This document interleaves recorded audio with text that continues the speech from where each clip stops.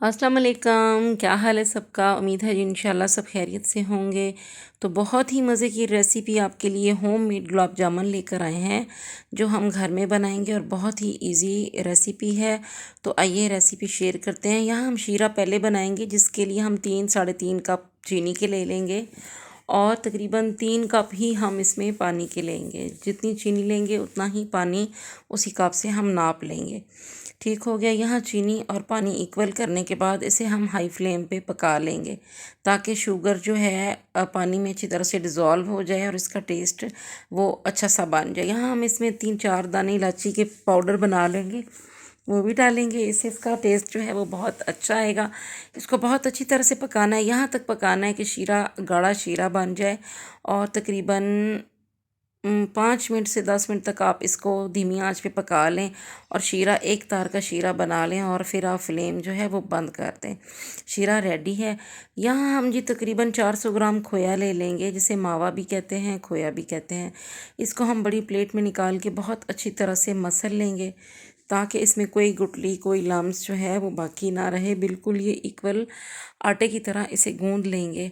इसके बाद जी हम इसमें 1/4 कप डालेंगे मैदा। मैदा इसमें डाल लेने के बाद फिर दोबारा से हम इसे बहुत ही अच्छी तरह से मिक्स करेंगे, बहुत अच्छी तरह से गूंदेंगे ताकि मैदे की किसी चीज़ की भी इसमें कोई गुठली ना रहे। बिल्कुल ये प्रॉपर वे पे गूंदा जाए ताकि हम वो गुलाब जामुन बनाएं तो उसमें गुठली सी फील ना हो। जितना अच्छा गूंदेंगे इतना ही अच्छा ये हमारा मिक्सचर बनेगा।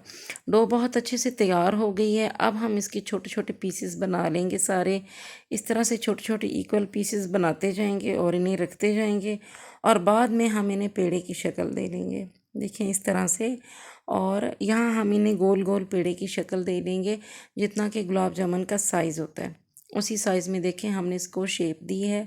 सारे ही हमने जो पीसेस बना के रखे थे डो के वो इसी तरह से शेप दे लेंगे। यहाँ हम कुकिंग ऑयल लेंगे या घी जो आपके पास अवेलेबल हो।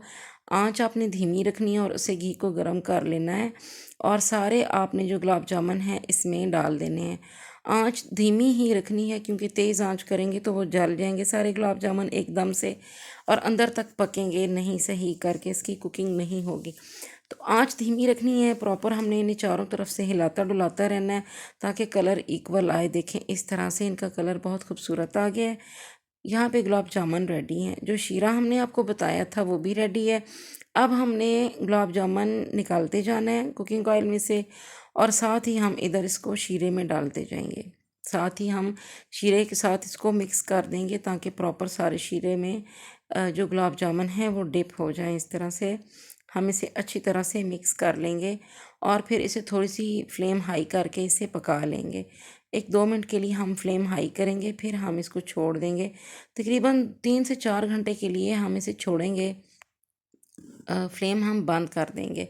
फ्लेम बंद करने के बाद हम इसे ढक के 3 से 4 घंटे के लिए हम छोड़ देंगे ताकि शीरा बहुत अच्छी तरह गुलाब जामुन में जज्ब हो जाए। देखें यहाँ हमने इन्हें 3 4 घंटे के लिए छोड़ दिया था और किस कदर खूबसूरत गुलाब जामुन यहाँ रेडी हो गए हैं।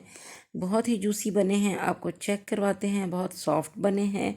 ये देखें कितने जूसी से और सॉफ्ट से बने हैं, टूटे भी नहीं हैं। ये देखें चम्मच से तोड़ने से भी इनका लुक किस कदर खूबसूरत आया है।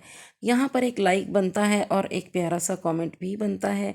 चलें जी, इजाज़त चाहूँगी। दुआ में याद रखिएगा। चैनल को लाइक सब्सक्राइब और शेयर ज़रूर कीजिएगा और इसी के साथ इजाज़त चाहूँगी जी। इंशाल्लाह फिर मिलेंगे। अल्लाह हाफिज़।